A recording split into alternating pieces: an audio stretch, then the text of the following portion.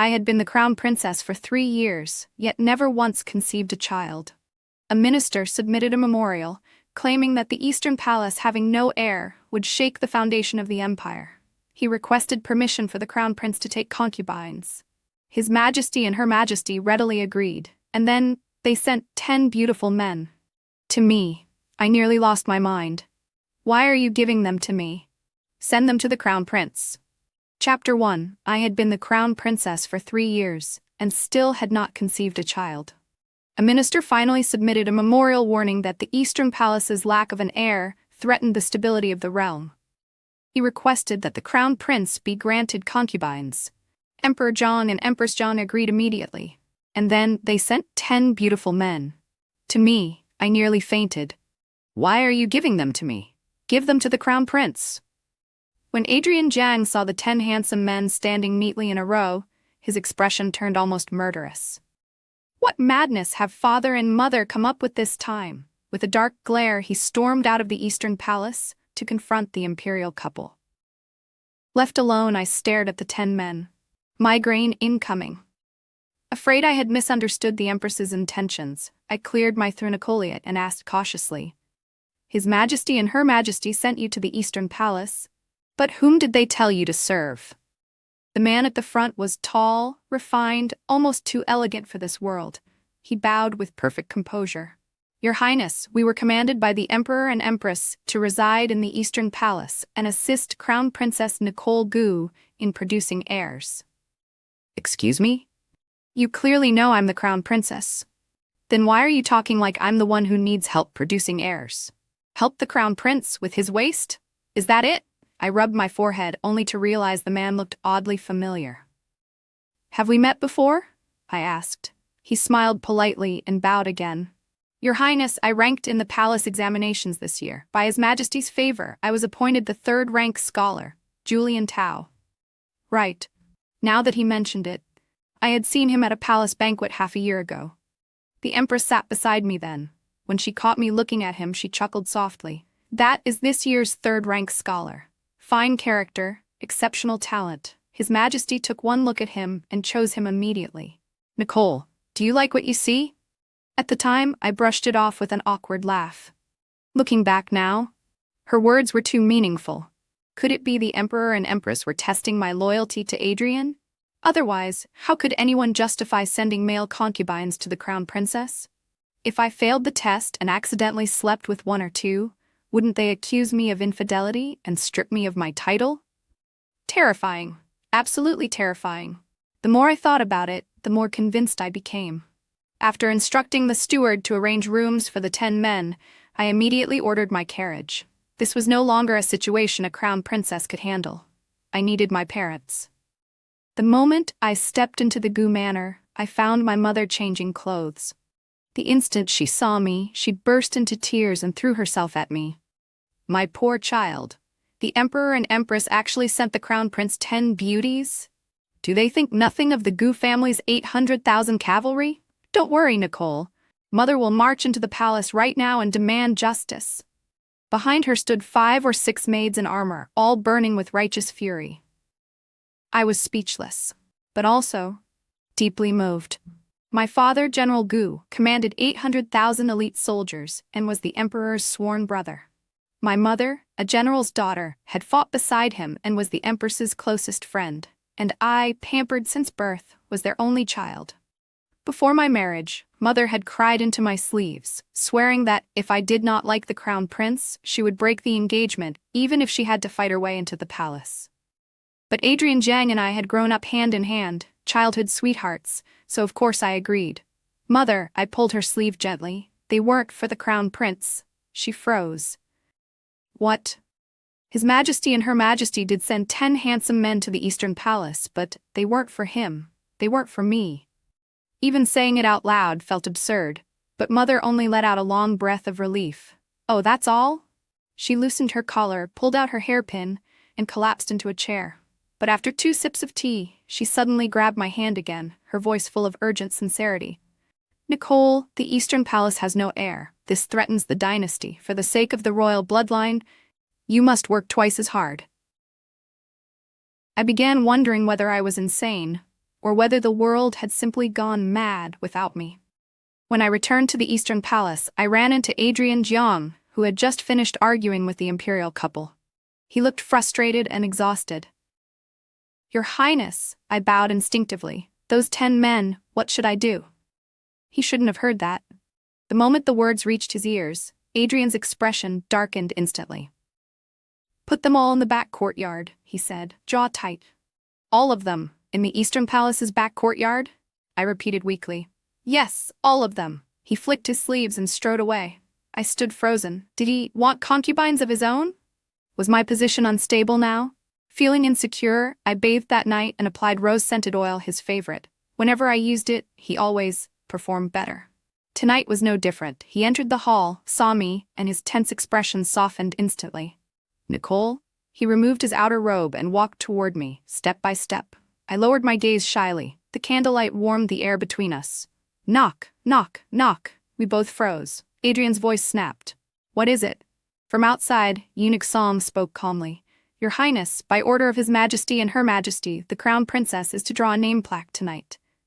"A plaque? I'm the Crown Princess. Who dares make me draw anything?"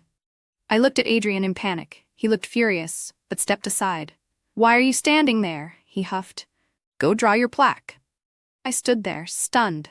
The Emperor was managing even this. Eunuch Song lifted a lacquered tray toward me. 5 wooden name plaques lay neatly on it.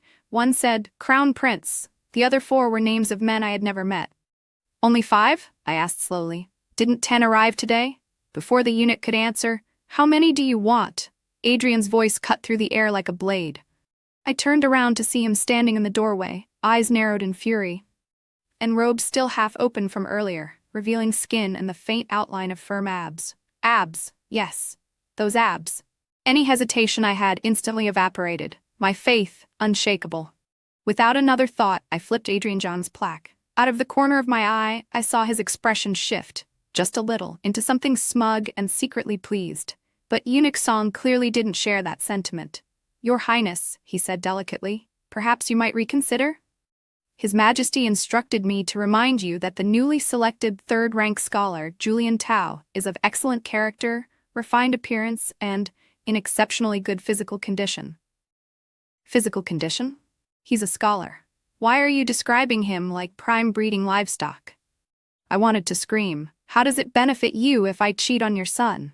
Chapter 2. After that night, Adrian Jiang started working out whenever he had a spare moment, day or night. After more than 10 days, the lines of his abs were getting clearer and clearer. Meanwhile, thanks to all that training, the dark circles under my eyes were getting darker and darker. Eunuch Song still came every day to ask me to draw a plaque. Seeing that, day after day, I only ever chose the Crown Prince's plaque. He often looked like he wanted to say something, but swallowed it back. Until one day, after I picked Adrian's plaque yet again, Eunuch Song finally spoke up. He told me that the next day, Empress Jiang had invited me to the imperial garden to admire the flowers. So the next morning, I dressed in full court finery and went to the garden. The Empress had already been waiting for some time. As soon as she saw me, her face lit up. "Nicole, you're here. Come, sit." I sat down beside her. She took my hand and studied my face carefully. After a while, she frowned. "It's only been a few days, yet you look so worn out. Are the people serving you not to your liking?" I didn't dare say no. If 10 weren't enough, wouldn't that mean they needed to send 100? Or 1,000? So I brushed it aside and said everything was fine, that it was just the summer heat making me feel unwell. I'd lost my appetite, so I'd lost some weight. As expected, the Empress followed my lead and dropped the topic. My mother and Empress Jiang had been close friends since girlhood. I was betrothed to Adrian from a young age, and often came into the palace to play. The Empress had watched me grow up. She treated me like her own daughter and always had endless things to talk about with me. We were just getting into the flow of conversation when a loud commotion rose from somewhere nearby. Voices carried on the wind. All men's voices. "Is it imperial kinsmen?" I asked, curious. "Nothing of the sort." The Empress laughed. "Your father, the Emperor, is hosting a banquet today. He's invited many young talents from the capital." My heart skipped a beat. A bad feeling crept in. Sure enough, in the next moment, The Empress pulled me to my feet. "Come, Nicole," she said with a warm smile. "You haven't summoned any of the men we sent to the Eastern Palace. Your father and I thought it over and realized we don't understand young people's tastes. You should choose for yourself. Let's see if there's anyone you like this time." That day, I brought another 10 handsome men back to the Eastern Palace. They stood in a row behind me, dressed to the nines. Adrian's face turned green on the spot. My, Crown Princess," he said coldly. "You go to the palace once and bring back so many new brothers for me?" Hearing his tone, I hurried to distance myself. These were all chosen by Mother Empress. Half had been picked personally by Empress Jiang. The other half, I had picked, half reluctant, half interested. The men the imperial couple had sent before were mostly like Julian Tao, delicate, scholarly, softly handsome. This time, most of them were tall and broad-shouldered with sharp, heroic features. I had to admit, they were very much my type. Besides, if you thought about it, wasn't all of this ultimately Adrian's fault for not being able to conceive in the first place? The moment I mentioned the Empress, Adrian deflated. He shot me a dark look, then carefully scanned the line of men behind me. He shouldn't have done that, because the second he really looked, his gaze locked onto someone, and his pupils shrank in shock. "Caleb Song," he barked, pointing at one man. "Why are you here?" Caleb Song was the son of my father's adjutant. As a child, he had loved to follow me everywhere. When I played with mud, he fetched water for me. When I climbed trees for peaches, he held the ladder. As an only child, I had always treated him like a younger brother. After I married into the Eastern Palace, he followed his father to the northern frontier. He'd been gone 3 years without returning. In those 3 years, he'd shed the round, soft look of childhood. There was now a cold, sharp aura about him that only battlefield veterans carried. I almost hadn't recognized him. Even so, I hadn't intended to choose him. But for some reason, the Empress had made the decision herself and brought him in. Caleb stepped forward unhurriedly. He met Adrian's gaze and smiled faintly. "Where your highness is, there I will be," he said in a clear voice. Adrian's pointing hand trembled. His knuckles cracked as he clenched his fist. I thought he was about to explode. But in the end, he drew in a long breath and lowered his hand. "Since you have entered the Eastern Palace," he said through his teeth, "then you are all brothers. From now on, you must live in harmony and do your best to extend the royal bloodline." On the surface, those were the words of a virtuous, generous crown prince. But hearing him say it made guilt stir quietly in my chest. 3 years ago, on our wedding night, Adrian had held my hand and promised that he wanted nothing more than one couple. One lifetime. Yet fate shifted like clouds. Who could have imagined that before he took another wife, I, the crown princess, would be the first to bring in consorts? With that guilt weighing on me, I carried refreshments to the study after dinner. Adrian wasn't there, so I sat and waited. Out of the corner of my eye, I noticed a book on his desk. The book was worn, with a bookmark tucked inside. It had clearly been read many times. I leaned closer to look. On the cover were 3 large characters: "The Virtues of Men." What on earth was that supposed to be? That day, I brought another 10 handsome men back to the Eastern Palace. They stood in a row behind me, dressed to the nines. Adrian's face turned green on the spot. My, Crown Princess," he said coldly. "You go to the palace once and bring back so many new brothers for me." Hearing his tone, I hurried to distance myself. These were all chosen by Mother Empress. Half had been picked personally by Empress Jiang. The other half, I had picked, half reluctant, half interested. The men the imperial couple had sent before were mostly like Julian Tao, delicate, scholarly, softly handsome. This time, most of them were tall and broad-shouldered, with sharp, heroic features. I had to admit, they were very much my type. Besides, if you thought about it, wasn't all of this ultimately Adrian's fault for not being able to conceive in the first place? The moment I mentioned the Empress, Adrian deflated. He shot me a dark look, then carefully scanned the line of men behind me. He shouldn't have done that, because the second he really looked, his gaze locked onto someone, and his pupils shrank in shock. "Caleb Song," he barked, pointing at one man. "Why are you here?" Caleb Song was the son of my father's adjutant. As a child, he had loved to follow me everywhere. When I played with mud, he fetched water for me. When I climbed trees for peaches, he held the ladder. As an only child, I had always treated him like a younger brother. After I married into the Eastern Palace, he followed his father to the northern frontier. He'd been gone 3 years without returning. In those 3 years, he'd shed the round, soft look of childhood. There was now a cold, sharp aura about him that only battlefield veterans carried. I almost hadn't recognized him. Even so, I hadn't intended to choose him. But for some reason, the Empress had made the decision herself and brought him in. Caleb stepped forward unhurriedly. He met Adrian's gaze and smiled faintly. "Where your highness is, there I will be," he said in a clear voice. Adrian's pointing hand trembled. His knuckles cracked as he clenched his fist. I thought he was about to explode. But in the end, he drew in a long breath and lowered his hand. "Since you have entered the Eastern Palace," he said through his teeth, "then you are all brothers. From now on, you must live in harmony and do your best to extend the royal bloodline." On the surface, those were the words of a virtuous, generous crown prince. But hearing him say it made guilt stir quietly in my chest. 3 years ago, on our wedding night, Adrian had held my hand and promised that he wanted nothing more than one couple, one lifetime. Yet fate shifted like clouds. Who could have imagined that before he took another wife, I, the crown princess, would be the first to bring in consorts? With that guilt weighing on me, I carried refreshments to the study after dinner. Adrian wasn't there, so I sat and waited. Out of the corner of my eye, I noticed a book on his desk. The book was worn, with a bookmark tucked inside. It had clearly been read many times. I leaned closer to look. On the cover were 3 large characters: "The Virtues of Men." What on earth was that supposed to be? With another 10 newcomers, the Eastern Palace became very lively. Every morning I studied with Julian Tao. Every afternoon I rode and practiced archery with Caleb Song. Every evening I returned to the Eastern Palace to deal with Adrian Jiang. Tired. I was so tired. My body was tired. My heart was even more tired.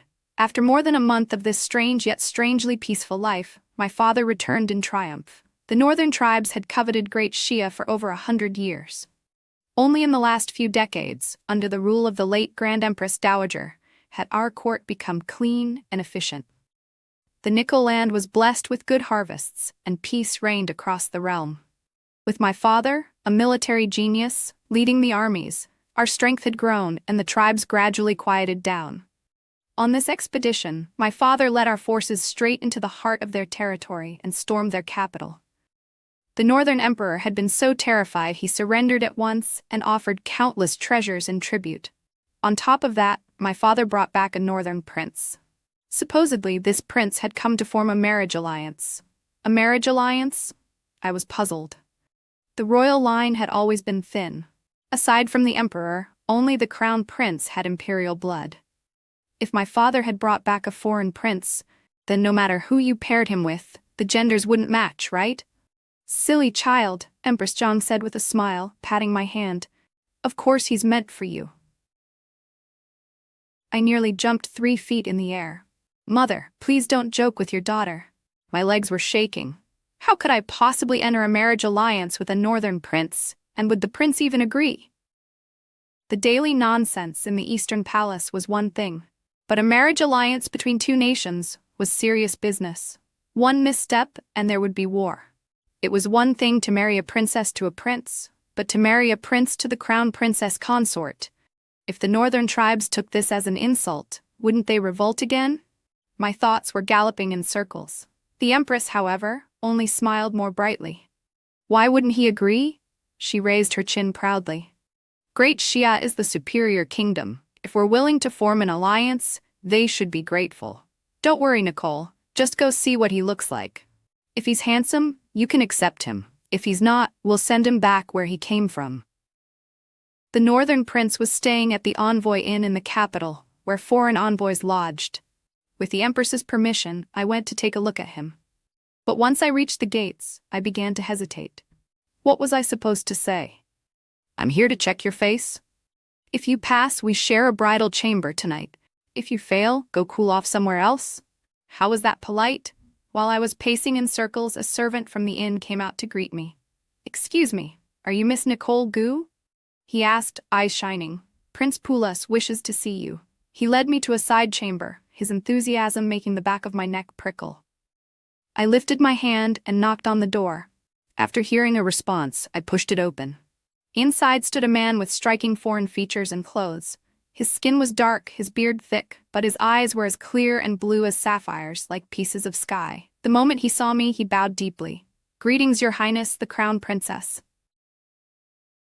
"Excuse me, what did you just call me? Who are you calling Crown Princess?" "I'm the Crown Princess consort, the Crown Prince's wife, not the Crown Princess herself." I knew the fact that my father commanded 800,000 cavalry and had never rebelled was something most people found hard to understand. But as long as my father didn't revolt, I remained the Crown Princess consort. End of story. Seeing my shock, Prince Pulis only looked more certain. "So you aren't yet?" he said with a knowing smile. "No matter, you will be." "Will be what? Please stop scaring me." Instead of answering, Pulis rummaged through his luggage. At last, he pulled out a book. On the cover were 3 characters, the Crown Princess. What is this? You don't know?" This time it was Pulis's turn to be surprised. "This is Great Shia's best-selling book of the past decade. Even in our capital, everyone owns a copy." "And Your Highness has never heard of it?" "I'm sorry. I don't read for fun. My parents had been strict with me since childhood. Classics, military strategy, history, geography. I had to study all of it and understand it well enough to apply what I learned. On top of that, I trained in riding, archery, and martial arts from a young age. My days were packed with lessons. Where would I find the time for leisure reading? I always walked straight past the fiction shelves in the bookshops." Prince Pulis pressed the Crown Princess into my hands and urged me to read it carefully. When he took his leave, he shyly told me that if I wished, he could marry into the Eastern Palace at once. The moment I climbed into my carriage, I couldn't wait to open the book. It told the story of a girl who rose from obscurity, was later recognized by the Emperor and Empress, and was named Crown Princess. She went on to ascend the throne and rule a prosperous empire. The story began with the imperial physician diagnosing the Empress's frail health. He said that after this pregnancy she might never conceive again. Conservative ministers dominated the court. If the Empress gave birth to a girl, they would surely pressure the Emperor to take another wife. But the Emperor and Empress loved each other deeply. He wanted one couple, one lifetime. By chance, the Emperor's sworn brother, General Gu, had welcomed a baby boy half a month earlier. So the two families made a plan. They secretly swapped the infants and announced that the imperial couple had a crown prince, while the Gu family had an only daughter. Later, the 2 children would marry and give birth to the next heir to the throne. Perfect. Everyone benefited. But the girl turned out to be exceptional. From childhood, she excelled in learning and martial arts. When the realm faced floods, locusts, or famine, she always found ways to save the people. The common folk loved her. The Emperor and Empress adored her. She had many suitors, and the Crown Prince was deeply in love with her. In the end, the Emperor and Empress revealed her true identity. Amid the cheers of the people, she was named Crown Princess. Later, the Emperor abdicated and she took the throne. For decades, she ruled a peaceful and prosperous Great Shia. The people lived in safety and contentment. Great Shia became the strongest nation in the world. The more I read, the more cold sweat trickled down my back. As a novel, it was well written. The prose was smooth, the plot tight, the characters vivid. If the heroine's name hadn't been Nicole Gu, I would have loved it. If the heroine's name hadn't been Nicole Gu. The problem was, my name was Nicole Gu. "Your Highness," a guard called from outside. "We're almost back at the palace." "We're not going back," I said. "Turn around, we're going to the Gu Manor." If Prince Pulis was telling the truth, then this book wasn't just famous in Great Shia. Even foreigners were reading it. How had a book like this not been banned yet? Did its author have a death wish for her entire extended family? When I arrived at the Gu Manor, my parents had just finished dressing in court robes and were preparing to enter the palace. Seeing me, they were both surprised and delighted. "Nicole, you're back. Quickly, have the kitchen bring out the fresh snacks." "Father, Mother," I cut them off and slapped the book down in front of them. "Do you know this book?" They exchanged a look. My father picked it up, flipped through a couple of pages, then closed it again. "What about it? Is there something wrong with this book?" Their calm made me want to scream. What do you mean? What about it? It says I'm not your biological daughter, that my real parents are the emperor and empress. Well, yes, my mother said, blinking. You didn't know? Know what? They exchanged another helpless look. Soon, they brought me into the palace to see the emperor and empress and told them what I'd said. Nicole says she didn't know she was your biological daughter. Two people staring at each other turned into four. At last, Empress Jiang looked at me, hesitant. Nicole, you truly didn't know? I wanted to tear my hair out. You never told me, so the entire world knew, except the heroine herself. Chapter 3. The four elders took turns speaking, filling in the story behind the book. What I never expected was that the author was the late Grand Empress Dowager herself. In my memories, she had always been a gentle old lady. When I was little and came into the palace, she would hold my hand and chat with me for a long time. Before I left, she would stuff a food box full of sweets and pastries into my arms so I could take them home. When I turned 3, she had a batch of blood-sweating colts brought from the western regions and gave one to me as a birthday gift. Even now, that very horse was still my most loyal companion.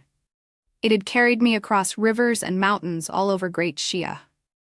But from their mouths, I heard of a very different side to the Grand Empress Dowager. She had been a remarkable woman. When the previous emperor died, he left no heir. Powerful ministers held the court in their grip, and there was no suitable male in the imperial clan to inherit the throne.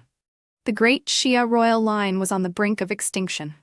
At that time, the current empress, then the imperial consort, was 4 months pregnant with the Grand Empress Dowager's child.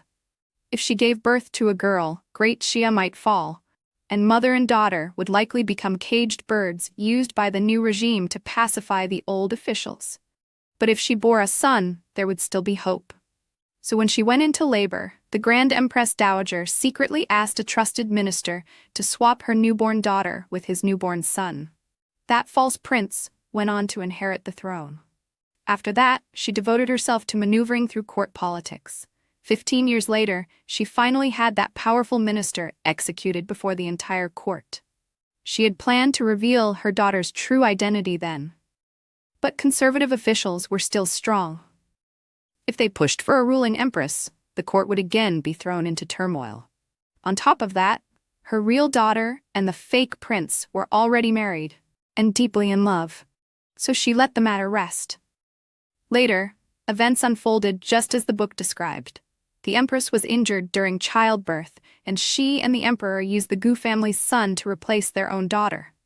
We originally wanted to find an abandoned baby, Empress Jiang said, looking at me, her face full of guilt. We planned to send you out of the palace and have some wealthy family raise you. But mother stopped us. She suggested we swap with the Gu family's child instead. Thank goodness she did. Otherwise, I can't imagine how much you would have suffered. I was stunned speechless by the flood of information. As for the book, Emperor Jiang continued, picking up the explanation. Mother had it printed when you were 8. At first, very few people saw it. But as you grew up and your name spread, people dug the book back out. Everyone who read it realized something shocking. Everything written in it was coming true. The future described in the story became a prophecy. The people came to firmly believe that a woman would one day ascend the throne, strengthen Great Xia, and bring 100 years of peace. I looked down at the book in my hands. In it, I fought bandits, controlled floods, stopped locust plagues. Every event, every cause and effect, every expression and gesture. Even as the one who had lived through it, I had never seen such detail. But the Grand Empress Dowager had died when I was 10.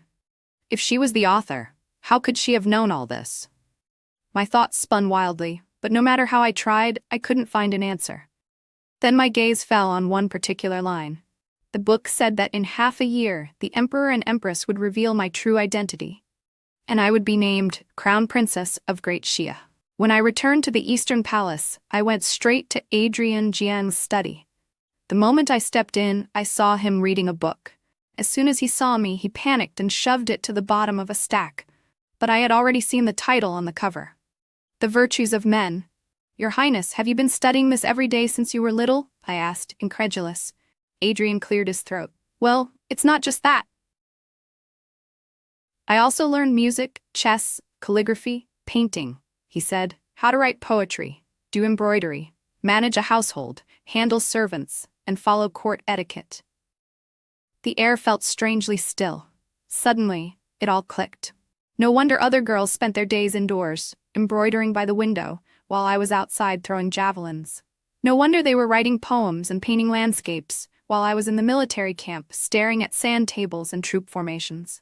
Everything I hadn't learned, Adrian had learned for me. When I didn't speak, he grew anxious. "Nicole." He grabbed my hand tightly. "If you like Julian Tao's knowledge, I can study more. If you like Caleb Song's riding and archery, I can learn that too. Whatever you like, I'll learn it. If you like those other men, I won't be jealous. Nicole, I only ask one thing. Please, don't cast me aside." There was a raw plea in his voice. I looked at him for a long moment. Then I smiled, stepped forward, and pulled him into a tight embrace. "Tomorrow, I'll go to Father and Mother and ask them to dismiss everyone in the back courtyard," I whispered into his ear. "And as for Prince Poulos, I won't accept him either. I only want you. One couple, one lifetime." On our wedding night, Adrian and I had joined hands and sworn that vow. For as long as I could remember, I had known that I would marry the boy in front of me and become his wife. Now the roles had shifted, and I was the one taking him in. But that didn't change one thing. I loved him. 10+ years of growing up together, relying on each other, binding our hair as husband and wife, sharing hardships and joys. All of it had sunk so deeply into our bones that there was no separating us anymore. In The Crown Princess, most of the pages were devoted to my personal struggles and achievements. Very little was said about my love life. In the end, it only mentioned that I ascended the throne, later became pregnant, and successfully gave birth to the first princess. As for who was in my harem, or how many there were, the book never said. It was as if that kindly old lady was holding up her brush, looking at me with a smile and saying, "Nicole, no matter who you love or what kind of love you want, it's all right. As long as you're happy, it's all right." A year later, the Emperor and Empress revealed my true identity. Under the people's eager expectation, I became the first crown princess in the history of Great Xia. 3 years later, my father, the Emperor, abdicated, and I ascended the throne, becoming the first Empress regnant ever recorded. On the day of my coronation, auspicious clouds filled the sky. From within them, faint phoenix cries were heard. After I took the throne, my first decree was to restore Adrian Jiang's Gu bloodline and grant him the title of imperial husband. A year later, I safely delivered the first princess. Over the next 10 years, every region of Great Xia enjoyed good weather and abundant harvests. The people lived in peace and contentment. There was no more war, no more displacement and wandering. 3 years into my reign, seeing that I was managing state affairs in perfect order, my parents, now retired Emperor and Empress, left the palace hand in hand to travel the world.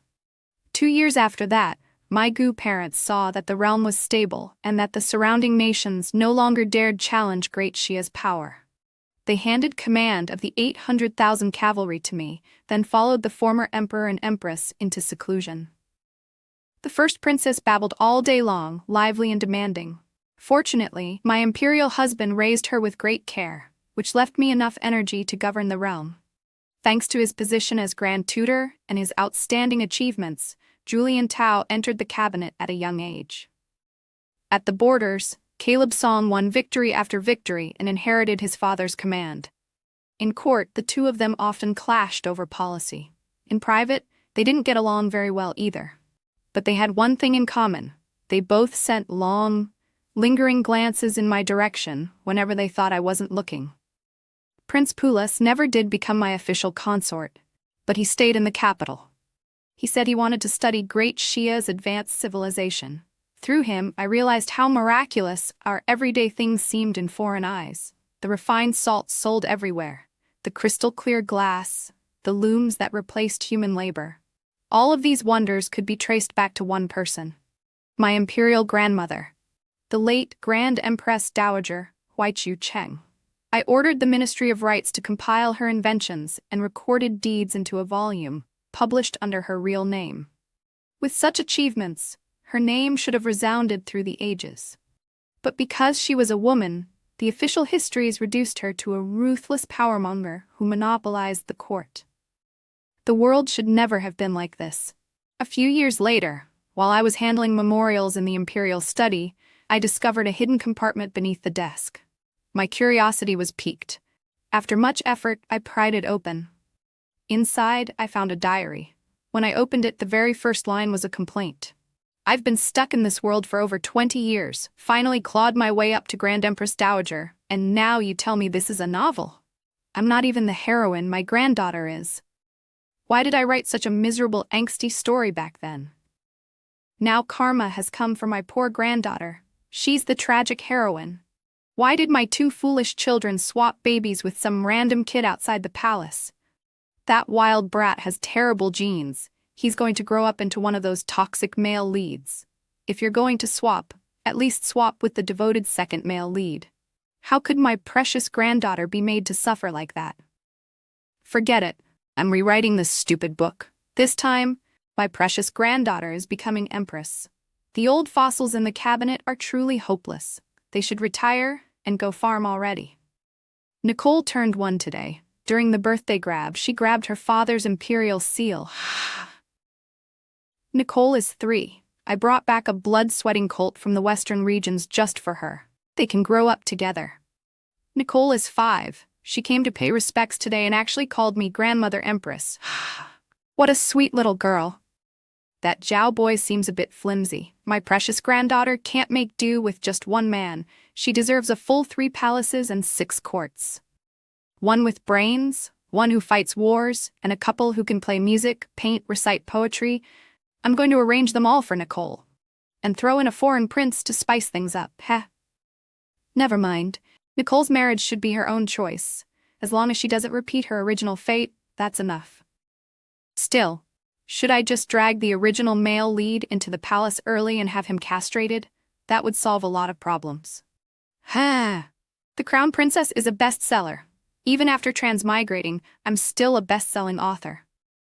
The diary ended there. I touched the corners of my eyes and realized they were already wet. Even though my memories had grown blurry with time, I could still vaguely recall the old woman's face. Her clothes were always neat and elegant. Her hair was silver white. She would smile as she handed me a piece of pastry. Back then, I had been only 5 or 6, crumbs all over my clothes.